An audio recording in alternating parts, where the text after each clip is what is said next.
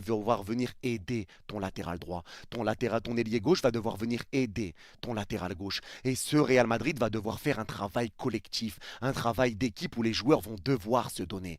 Parce que certes, défensivement, tu as été à la ramasse, mais offensivement, c'est les attaquants qui doivent être les premiers à presser. Parce que si tu ne me presses pas, eh ben forcément, tes milieux de terrain ne savent pas où se mettre. Et c'est ce qui fait que tu te retrouves dans un bloc qui est mi-haut, mi-bas. Et tu te retrouves à te faire avoir.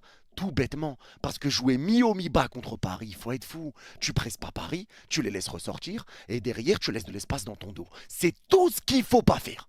Le Real a fait tout ce qu'il ne fallait pas faire. Et pour moi, l'erreur qui a été faite aujourd'hui, alors certes, il a dû bricoler avec Heusen en défense centrale qui n'était pas là, il a dû bricoler avec Arnold qui n'était pas là, mais pour moi, là où il a merdé le bon vieux Xabi Alonso, c'est qu'il aurait dû faire un choix, Vini ou Mbappé, et qu'il ne l'a pas fait.